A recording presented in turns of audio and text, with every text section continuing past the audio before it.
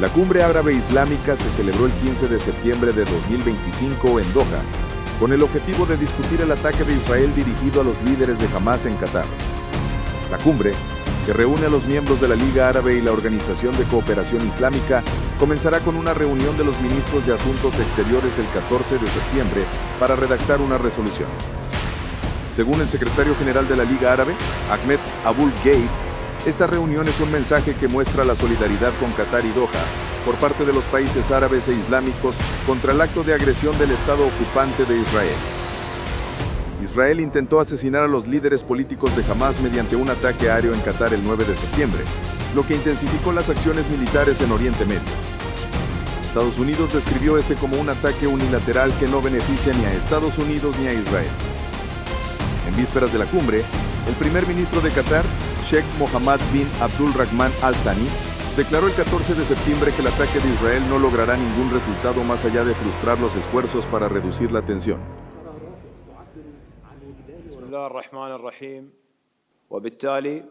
El acto de agresión de Israel no conducirá a ningún resultado más allá de frustrar los esfuerzos para reducir la tensión, al tiempo que confirma la intención del gobierno israelí de rechazar los caminos de paz para resolver el problema palestino y continuar desafiando la voluntad internacional, así como la Carta de las Naciones Unidas. Esto se refleja en las repetidas declaraciones de los funcionarios israelíes sobre la anexión del territorio palestino y la ilusión de un gran Israel. Los actos bárbaros y provocadores de Israel no nos disuadirán de continuar con nuestros esfuerzos sinceros junto con la República Árabe de Egipto y los Estados Unidos para poner fin a esta guerra injusta.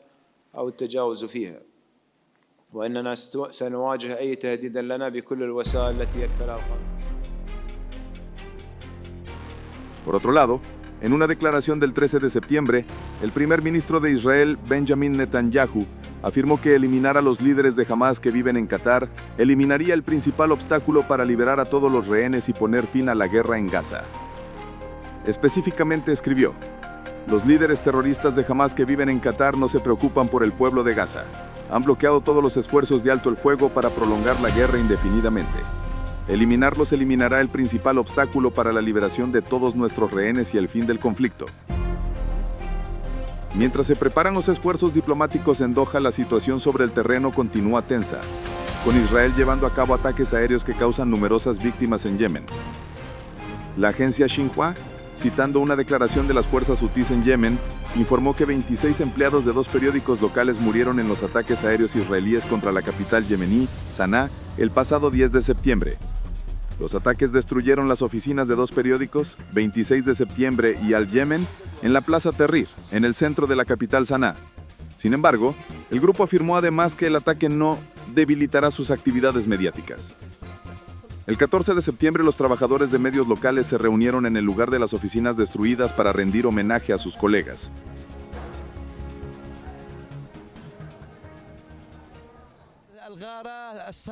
Los ataques aéreos ocurrieron por la noche.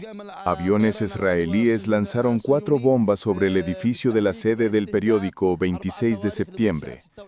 La explosión fue extremadamente fuerte, arrasando completamente el edificio. Nuestra agencia de prensa no tiene ninguna relación militar. Muchos periodistas murieron mientras trabajaban. Las casas residenciales cercanas también sufrieron graves daños, causando la muerte de muchas mujeres y niños. Según la agencia de salud controlada por los hutíes, los ataques aéreos israelíes en Saná han causado la muerte de 47 personas en toda la ciudad y han herido a otras 165.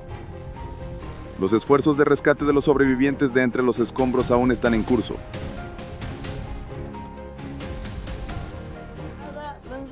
Esta es la casa de Abdullah Shabami. La esposa de su hijo, Osama, un médico, murió en el ataque aéreo israelí. Esta es la casa de Asub, justo aquí. ¿Puedes imaginar que 5 familias perdieran sus hogares en una sola noche? El propio Ahmed Asub también murió, y su hija aún está en el hospital.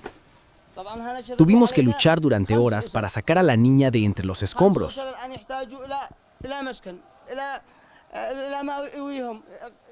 يعني أنت متخيل 5 أسر في يوم وليلة يروحوا غير بيت. هذا بيت معنا بيت العزب. استشهد علينا الأخ أحمد العزب. El ejército de Israel informó que atacó campamentos militares, la sede de relaciones públicas de los hutíes y un sitio de almacenamiento de combustible, describiendo la acción como una respuesta a los ataques con drones y misiles realizados por el grupo. En Gaza, los ataques aéreos de Israel continúan después de que los residentes recibieran órdenes de evacuación justo antes del bombardeo. Hasta el momento, las fuerzas israelíes han destruido al menos 30 edificios residenciales en la ciudad de Gaza y han obligado a miles de personas a abandonar sus hogares según funcionarios palestinos. Agotados y evacuando de manera urgente, los palestinos que huyen de los intensos ataques aéreos de Israel en el centro de Gaza describen escenas de caos, fiero y desesperación mientras intentan encontrar un lugar seguro caminando o en excavadoras. Con medios de transporte escasos y asequibles para muchos, las familias se ven obligadas a llevar consigo lo poco que tienen al huir de los barrios residenciales objetivo en los recientes ataques aéreos.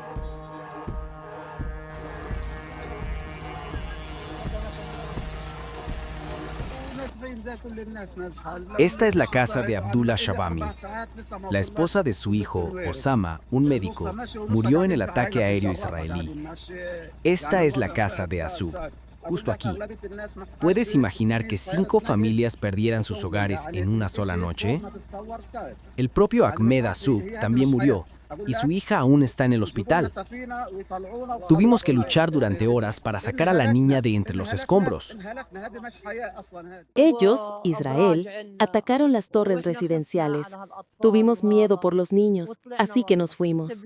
Dejamos la ropa y todo atrás para irnos. Este chico me empujó desde Al-Nasser. Venimos de Jabalia y me empujó todo el camino desde Al-Nasser. Tengo 62 años. Corrí desde Tel Al-Hawa. Dejé Sheikh Radwan caminando. Y seguiré caminando. No sé qué está pasando. El mundo no quiere actuar para salvar a estas personas pobres, agotadas y moribundas. La gente está exhausta. Mire su situación. Dios conoce su sufrimiento. Todos están completamente cansados.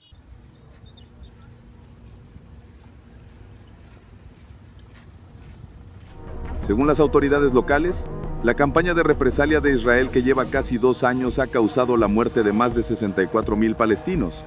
Ha provocado una crisis de hambruna y ha dado lugar a acusaciones de que Israel está cometiendo genocidio, incluidas las acusaciones de este mes por el mayor grupo de académicos que estudian genocidio en el mundo. En Berlín, Alemania, se estima que unas 12.000 personas han protestado exigiendo la paz y el fin inmediato del genocidio en Gaza. Los rápidos desarrollos desde Gaza hasta Yemen junto con la fuerte ola de reacciones en Doha muestran que la crisis en Oriente Medio está entrando en una fase más peligrosa que nunca. Mientras la diplomacia y la presión internacional siguen luchando por encontrar una salida, la violencia que continúa en el terreno está profundizando aún más el dolor y la brecha entre las partes. Por lo tanto, el mensaje de esta cumbre no solo tiene significado para Qatar o para el mundo árabe islámico, sino que también es un recordatorio urgente de la necesidad imperiosa de una solución justa y sostenible para toda la región.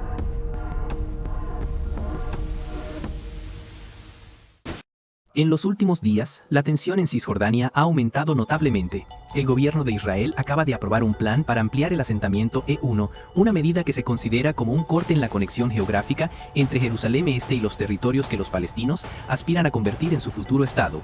Al mismo tiempo, las operaciones militares y las redadas en ciudades como Tulkarem han generado preocupación en la comunidad internacional por el riesgo de una escalada de violencia y el impacto sobre la población civil en un contexto en el que el gobierno israelí aún no ha presentado una hoja de ruta clara hacia una solución de paz duradera. Mientras tanto, el mecanismo de división de las áreas A, B y C, según los acuerdos de Oslo, sigue vigente como una prueba del fracaso de los esfuerzos de negociación. En un momento en que la comunidad internacional pide contención, la gran pregunta es, ¿queda alguna oportunidad real para la paz en Cisjordania? Cisjordania, un territorio en el corazón del conflicto entre Israel y Palestina, está dividida en 3 áreas administrativas: Área A, Área B y Área C, según los acuerdos de Oslo firmados en la década de 1990. Esta división sigue vigente hasta el día de hoy, afectando la gestión administrativa, la seguridad y el uso de la tierra en la región. Las áreas A, B y C ahora parecen casi parte de la historia. Surgieron de los acuerdos de Oslo de 1993, y es importante recordar que este acuerdo fue diseñado como una fase temporal de 5 años, antes de alcanzar un acuerdo de paz integral que resolviera todos los problemas pendientes entre Israel y Palestina. Por ello, ambas partes acordaron dividir Cisjordania en 3 áreas. El área A, donde vive la mayoría de los palestinos, está completamente controlada por Palestina en términos militares. El área B, administrada conjuntamente por Israel y Palestina, y el área C, la más grande, que abarca más del 60%, casi el 65% del territorio, completamente controlada por Israel. La idea original era que, una vez que se alcanzara un acuerdo de paz y se definieran las fronteras, estas 3 áreas dejarían de existir.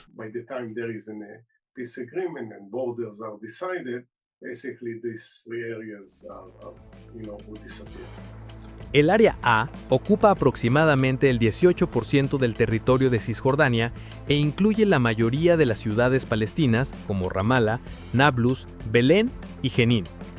La Autoridad Palestina, AP, tiene control total sobre esta área, gestionando tanto los asuntos civiles como educación, salud, servicios públicos, como la seguridad interna. Los palestinos constituyen la mayoría de la población en el área A y no hay asentamientos israelíes. Sin embargo, las fuerzas israelíes realizan con frecuencia operaciones militares en esta zona con el argumento de la seguridad, lo que genera tensiones con la Autoridad Palestina. Existen muchos problemas. La ocupación se arraiga cada vez más, mientras que la violencia aumenta, incluyendo ataques por parte de colonos judíos extremistas. Lo que sucede en las áreas A, B y C muestra una falta de respeto hacia el área A, que se supone está completamente controlada por Palestina. Esto también refleja la disminución de la legitimidad de la Autoridad Palestina, AP. La AP se ha vuelto cada vez más autoritaria y ya no es vista por los palestinos como representante de sus intereses, esperanzas y aspiraciones. La mayoría de los palestinos no ven una salida, más allá de vivir bajo una ocupación cada vez más dura. Actualmente, hay miles de personas detenidas, muchas bajo detención administrativa, es decir, sin cargos formales. La economía está colapsando y la gente desea ver un cambio en sus vidas, vivir en un estado independiente, sin ocupación y disfrutar de los derechos básicos que tienen las personas en todo el mundo.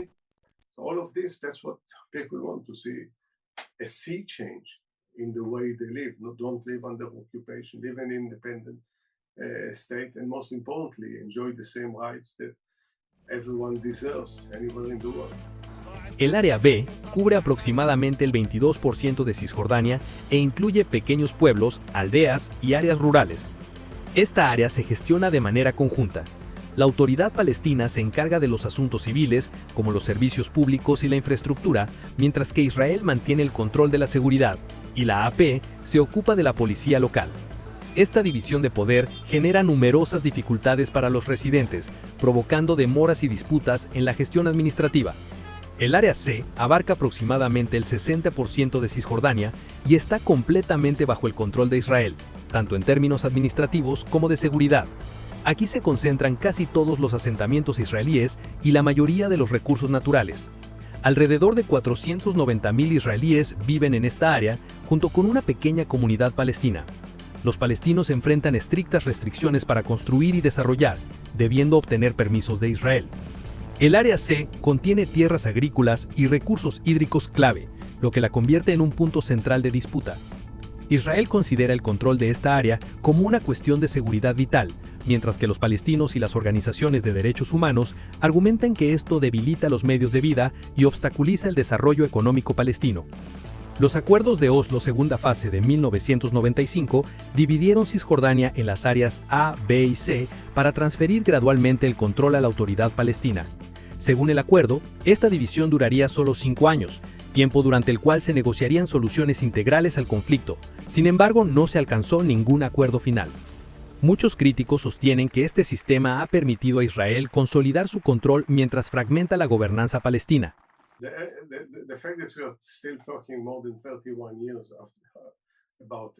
La realidad es que, más de 31 años después, todavía hablamos de las áreas A, B y C.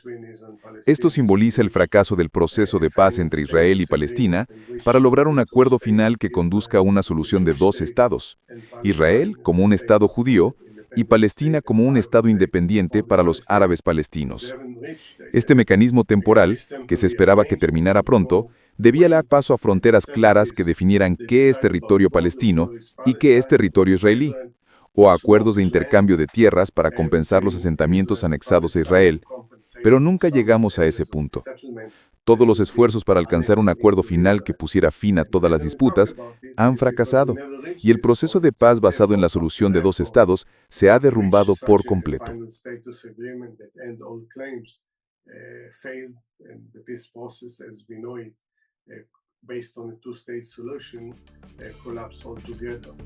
Antes de 1948, Cisjordania, incluido el casco antiguo de Jerusalén, formaba parte del mandato británico de Palestina. Tras la guerra de 1948, Transjordania ocupó este territorio. En 1967, Israel conquistó Cisjordania durante la guerra con los países árabes, anexionando Jerusalén y un cinturón circundante, una acción no reconocida internacionalmente. En 1994, se estableció la Autoridad Palestina bajo acuerdos de paz temporales, otorgando a los palestinos una autonomía limitada mientras Israel continuaba ocupando Cisjordania. Actualmente, además de Jerusalén Este controlada por Israel, Cisjordania alberga a unos 3 millones de palestinos, de los cuales casi un tercio son refugiados de la guerra de 1948. Paralelamente, aproximadamente 529.450 israelíes viven en asentamientos, 141 legales y 224 puntos de población no aprobados oficialmente. Las visiones opuestas profundizan la división. Los palestinos consideran a Cisjordania el núcleo de su sueño de establecer un estado independiente, junto con la Franja de Gaza y Jerusalén Este como capital. Para Israel, Cisjordania, llamada Judea y Samaria, tiene un significado estratégico y religioso, con numerosos sitios bíblicos.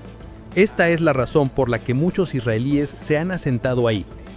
En 2019, el primer ministro israelí, Benjamin Netanyahu, anunció planes para anexionar partes de Cisjordania, pero lo suspendió a cambio de un acuerdo de normalización con los Emiratos Árabes Unidos en 2020. Los palestinos argumentan que los asentamientos israelíes están socavando la solución de dos estados. El presidente Trump creó un caos. Introdujo en las discusiones elementos que, hace apenas un mes, nadie hubiera imaginado que se mencionarían.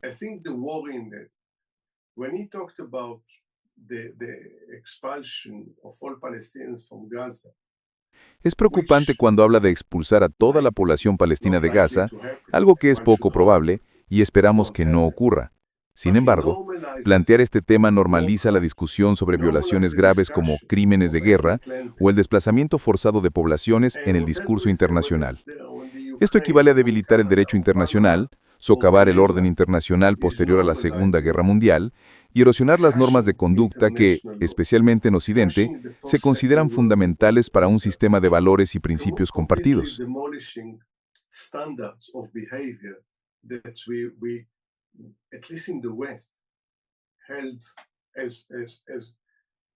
Esto también aplica a Gaza. Cuando el presidente de un país considerado representante del mundo libre habla abiertamente sobre desplazar permanentemente a 2.3 millones de personas contra su voluntad, lo que viola la Convención de Ginebra y otros tratados internacionales. Este enfoque normaliza la aceptación de tales acciones, aunque se justifiquen con motivos como construir un resort costero. Y si eso se considera aceptable en Gaza, podrían surgir ideas similares para Cisjordania.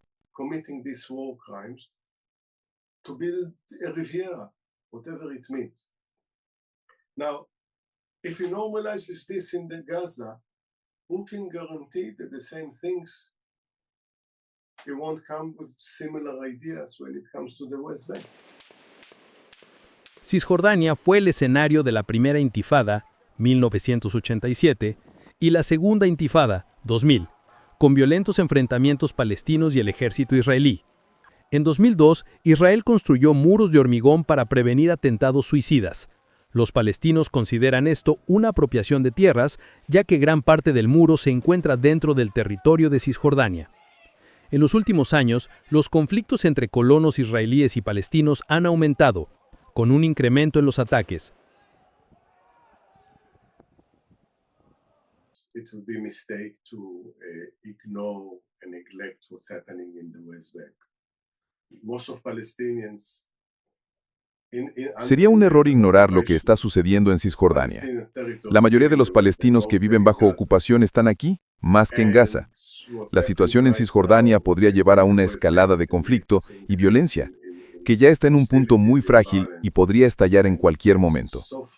Cuando el presidente Trump plantea la idea de expulsar a los palestinos, este puede reforzar la percepción de los grupos más extremistas de que ese es el gran plan. No hay solución de dos estados, no se reconocen los derechos de los palestinos, se continúa expandiendo los asentamientos, se anexa toda Cisjordania y finalmente se podría expulsar a los palestinos de esta área. Estamos en un momento histórico extremadamente peligroso. Si la situación no se desescala, podríamos enfrentar un periodo prolongado de violencia y derramamiento de sangre.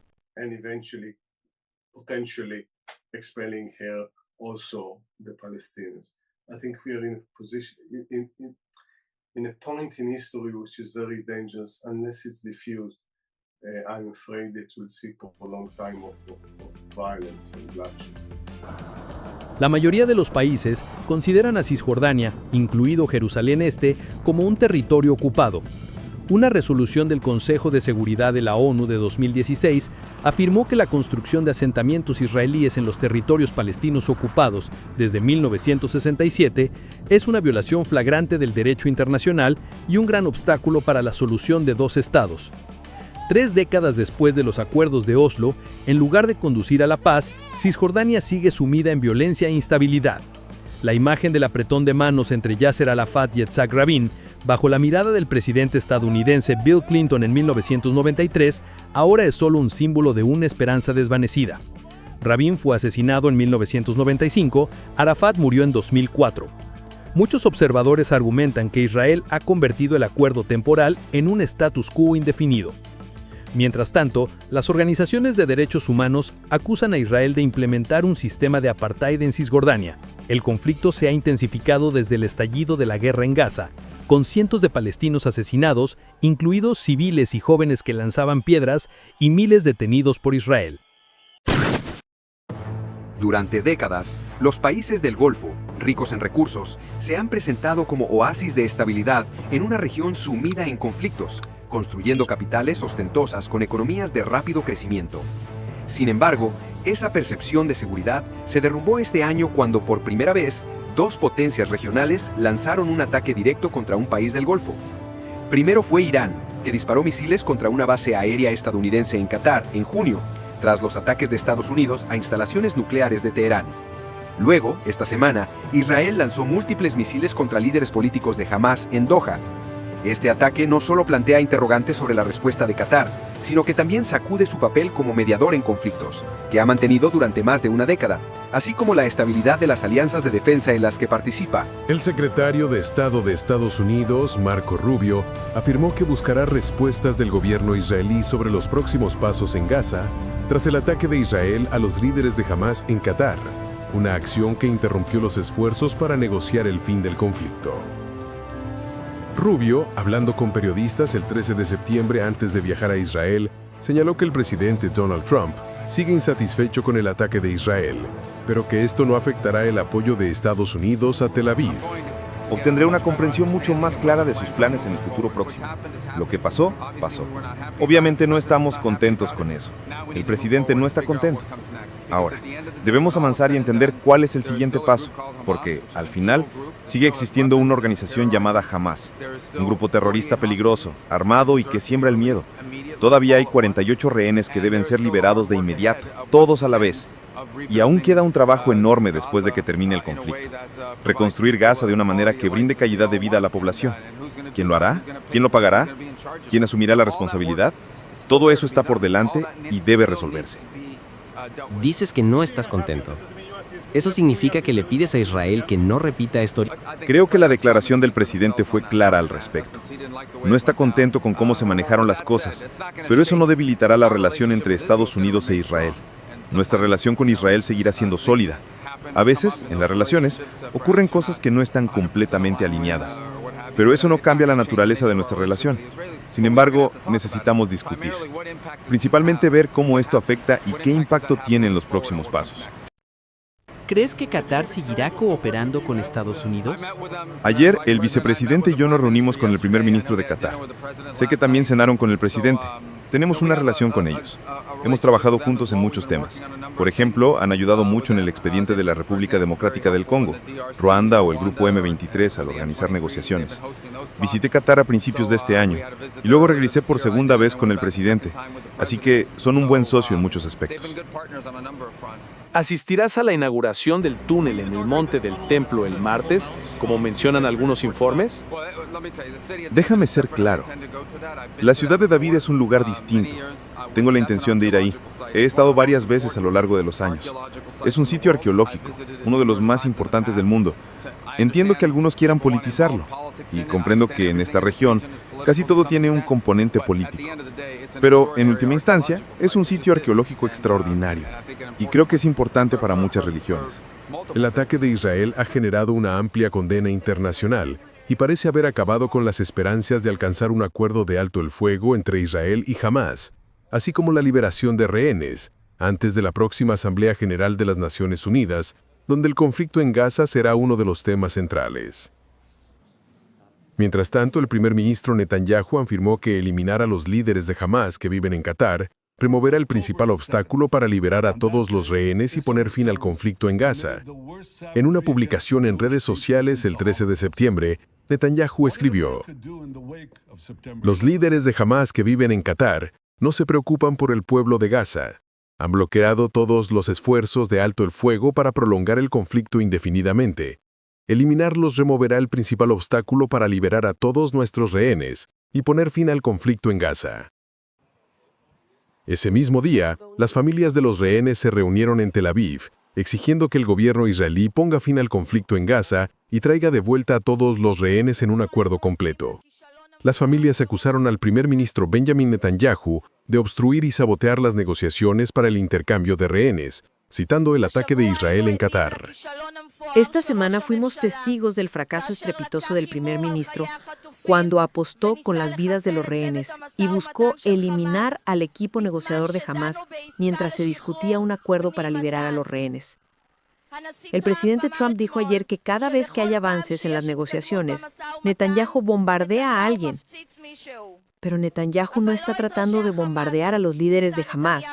Está tratando de destruir nuestra oportunidad, la de las familias de los rehenes, de traer a nuestros seres queridos de vuelta. Él arruinará todo lo que pueda llevar al fin de la guerra, incluso a los propios rehenes. Quien realmente quiere traer de vuelta a los rehenes no puede bombardear al equipo negociador de Hamás mientras están discutiendo la liberación de mi hijo y otros rehenes. Primer ministro, te pido que te sientes conmigo, cara a cara, sin medios, sin publicidad, sin filtraciones, y respondas una sola pregunta. Si tu hijo estuviera entre los rehenes, ¿seguiría atrapado en los túneles después de más de 700 días? Entonces, ¿por qué son nuestros hijos?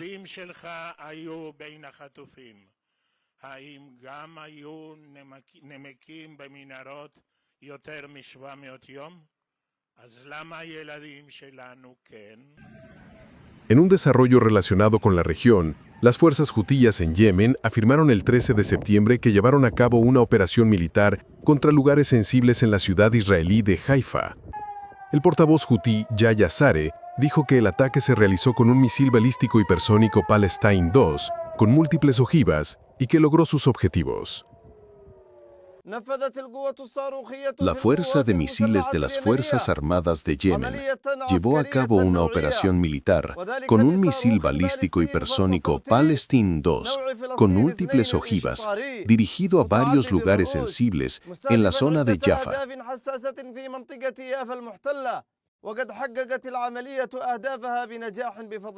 Gracias a Allah, la operación logró sus objetivos, obligando a millones de colonos judíos a correr a los refugios.